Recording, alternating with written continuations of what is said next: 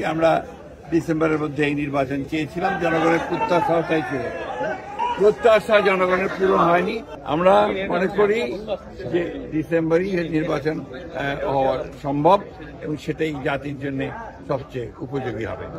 এবং যে সময়টি নির্ধারণ করা হয়েছে সময়টি বাংলাদেশি নির্বাচনের জন্য সঠিক সময় নয়।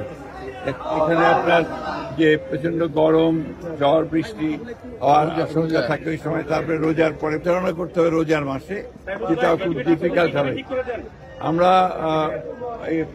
যে মন্তব্য, আমাদের যে রিমার্কস, সেটা আমরা আমাদের স্ট্যান্ডিং কমিটি তারা কালকে রাত্রেই সিদ্ধান্ত নিয়ে আলোচনা করে মতামত জানিয়েছেন।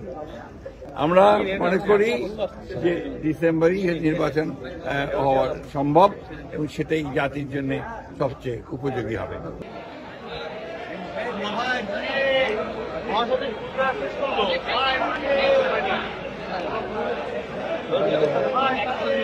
Hi.